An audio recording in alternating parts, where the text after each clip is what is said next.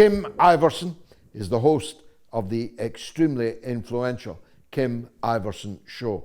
She's been a very popular guest on the mother of all talk shows several times before, and I'm glad she's agreed to come back this evening because, Kim, it has been the most dramatic of weeks. The Democrat bubble was no sooner fully inflated at the end of their star-studded convention, although most of the stars didn't show up. That was just a ruse to make people watch. But no sooner was the bubble at its maximum, it was pricked by Robert F. Kennedy Jr., was it not? Kim Iversen is back, I'm glad to say. Kim, I was just opining that the Democrat bubble burst in Arizona when Kennedy appeared on the platform with Donald Trump. What's your view? I mean, it's incredible that he did it. I wasn't sure if he would. When I spoke to him when he first jumped into the race, we all know that he ran as a Democrat. He was not going to back down from that. I pressed him on that, even on my show, saying, why are you running as a Democrat? They do not like you. You shouldn't be running. They're not going to let you have a fair election. He did eventually, of course, go and run as an independent. I then thought he's got to join Trump once it became obvious that his campaign wasn't going to really truly get him where he wanted to be, that the best option for him if he wants to be president, in my view, was actually to join Trump as the VP. So to have actually a Trump-Kennedy ticket. But that ship sailed. Trump ended up picking Vance. I do think that he reached out to Kennedy at one point asking or kind of, putting the feelers out there if he'd be interested in VP. And I think Kennedy declined that. Not sure if Kennedy, if he would have expressed his interest, if he would have been selected anyway. But from my understanding, he declined that, only to then change his mind later and say, I think the best thing to do is to join Trump. And he's right. They agree on all of the major issues. They agree on, as you've mentioned, the Ukraine-Russia war. They agree on censorship. They agree on this lawfare that Democrats have taken out against both Trump and RFK Jr., trying to get him kicked off the ballot everywhere. They agree on, even with the COVID pandemic, even though Trump was the one who pushed forward Operation Warp Speed, and he was the one that gave immunity to the big pharma companies, he wasn't for the lockdowns in the states. A lot of people try to pin it on Trump, but that was actually municipality by municipality. It just depended on where you lived. The governor or your mayor or county commissioner would actually close down your region. So it wasn't actually Trump who did that. So they agree, and they even agree, much to my chagrin, on Israel-Palestine. So they agree on all of the major points. It makes sense for those two to get together. And I think Democrats had the reaction we expected, which was, oh, look at Bobby Kennedy's just he's a bad Kennedy. He's a bad Democrat. We don't like him anyway. He's a conspiracy theorist. But he is ushering, I think, a lot of independent voters over to Trump. I'm seeing it on social media, people saying, well, if Kennedy thinks Trump's the right vote, then that's the vote that I was conflicted. I wasn't sure what I was going to do. I was going to vote for Kennedy. I don't like either candidate, but if he says Trump, I trust him. I'm going to go with Trump. So I think he has brought a lot of people over to the Trump side.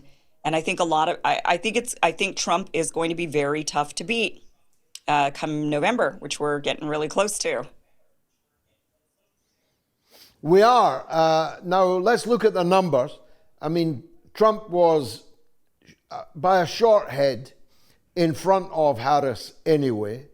Kennedy was on 5% nationally, which is a lot of votes when your country's as big as America, but higher than 5% in some of the important states that Trump will need to win. And if he does win, will win the presidency, whatever the national vote is.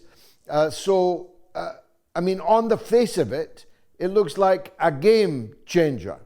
Have the Democrats begun to reflect a fear of that?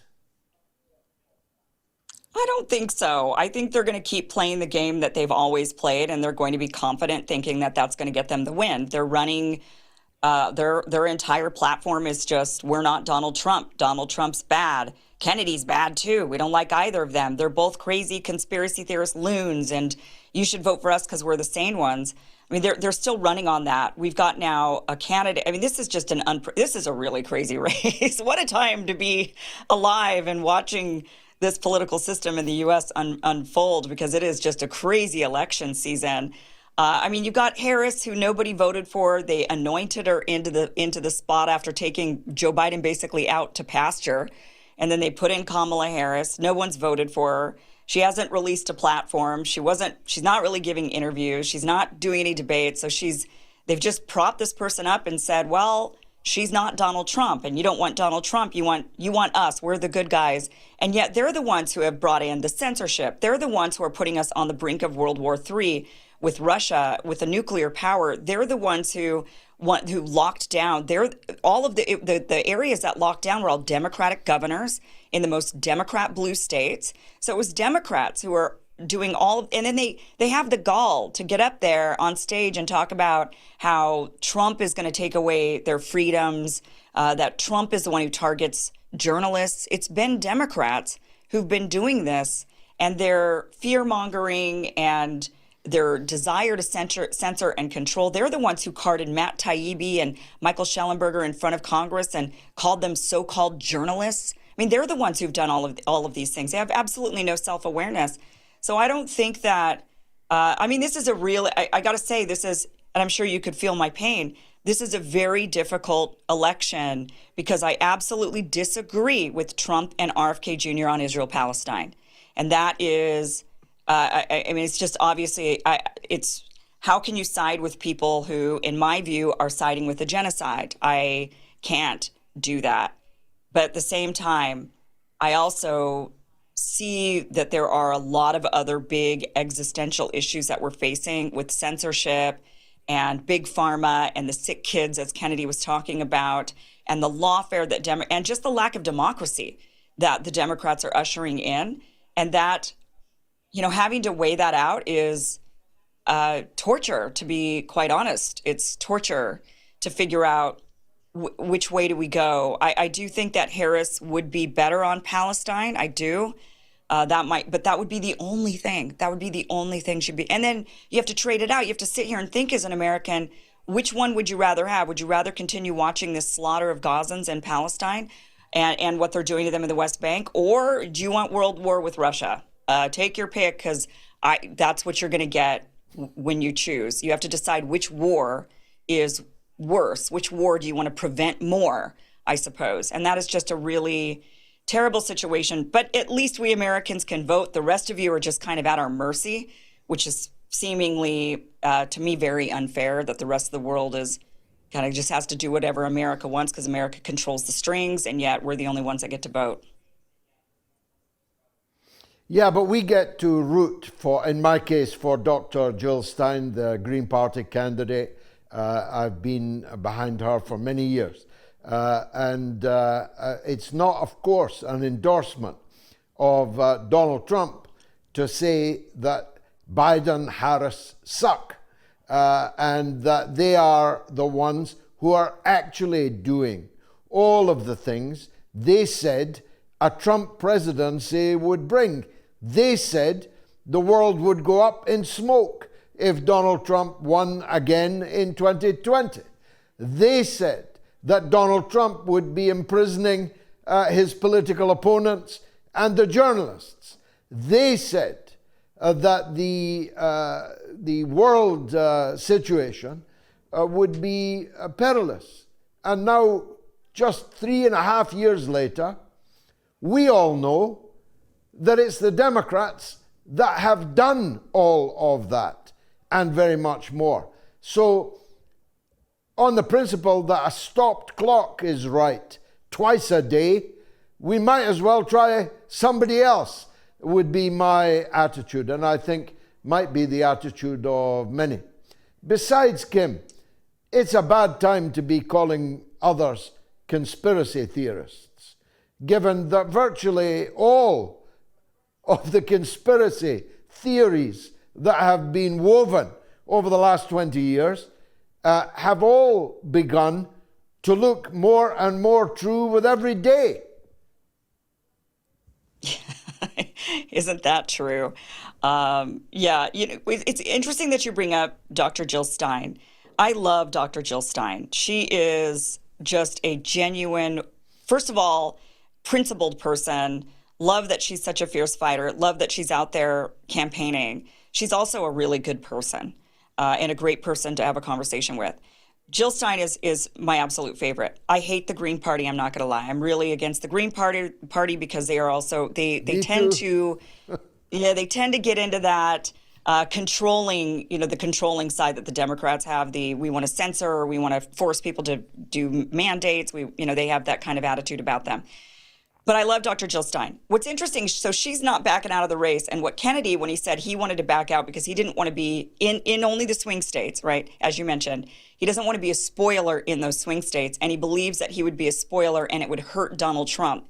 What's interesting is Jill Stein will be a spoiler for Harris for sure. She will take a lot of those protesters that we're seeing outside of the DNC. A lot of those people will vote for Dr. Jill Stein because they in their hearts cannot, in good conscience, vote for somebody who is, to them, genocide is a red line, as it should be. So I do think what's interesting is that Jill Stein, I'm really curious to hear from her which one she would have to, if she had to choose, which we're going to have to, unfortunately, because as much as I'd love her to be president, she's just, the reality is the reality. If she had to choose between Trump and Harris, which one would she choose? Because she will act as a spoiler for Harris. And I almost think that I don't want to speak for her. I don't know. But I mean, if she's willing to be a spoiler for Harris, it will throw the election even more so for Trump, with Bobby then endorsing Trump, Stein staying in the race in these swing states. I don't see how Harris wins. I don't see it. But, they've been gaslighting us with these polls, telling us that Harris is in the lead, that everybody's so excited about her. It's joy. It's joy. Don't you feel the joy, George? Do you feel it from over there? The joy of Kamala Harris as the nominee. And that's what they're trying to, they're trying to gaslight us into this. But, it'll be interesting. Yeah. The Joy division, that is the Democratic Party, so far as I'm concerned. But behind the cackle and behind she's a fine-looking woman for her age, and she moves quite well. She's not a bad dancer, but I have never heard her say a thing of substance, and anything that she officially stands for is anathema to me. So I think I'm going to say on November 6th or 7th or whenever they finish counting the votes, which may be some time, that I'm not happy that Donald Trump is the president of the United States, but I'm very happy that Kamala Harris is not. And I think that's what I said in 2016 when Hillary Clinton was the defeated one. I think I'm going to be saying it again in November 2024. I'm not going to press you unless you want to say, but that would be my view, that the devil we know in Donald Trump is better than the devil we don't know in a Kamala Harris administration. Last word to you, Kim. But we do know this devil, actually, because Kamala Harris is completely run by Hillary Clinton and her entire apparatus. I can't stress this enough. She ended up getting, I've known since Kamala Harris jumped in the race in 2019 that she was the anointed one. I've been saying it ad nauseum to anybody who would listen to me, that she was the anointed one. When Joe Biden ended up with the nomination, I kept saying Kamala Harris will be the vice president select. She's going to be the one that they select because she's got the entire Hillary Clinton machine around her, the entire one. She's guided by Hillary Clinton. That is a Clinton person. She's a Clinton puppet completely. And we all know Hillary wants nothing more but war with Russia and to oust Putin. That is what she wants. She desires. I don't even know why she has this bone with him, but she just definitely does. So we do know actually what Kamala Harris will bring in. I don't think she'll be her own person. I think she's just going to be Hillary Clinton, and that'll be the presidency we get. Look, I'm inclined to say I'm with you in that I won't be happy if Trump's president, but I definitely will be happy and relieved that Kamala Harris is not. But I also just kind of feel like let's just, for the people that are undecided, the independents that are out there, just vote for Donald Trump and let's just get it over with. Then he can never run again. That'll be it. And this will change the narrative of Democrats. They're going to hopefully have to start running on something next time. We'll stop it's just reeled people into lunacy. And so I almost just want to rip the Band-Aid off, get it over with, let them do another 4 years just for the sake of that, just for the sake of maybe we'll return to normalcy. But of course, I know that's not, they're going to find another person and make that next person the new Donald Trump that they're going to demonize and vilify and say, it's going to be the end of the world. It's going to be the end of the world. But a lot of me just says, how can we just get this over with? That's a new angle on which I shall contemplate. As always, Kim Iversen, a real pleasure to see you on the Mother of All Talk Shows. Thanks for joining us.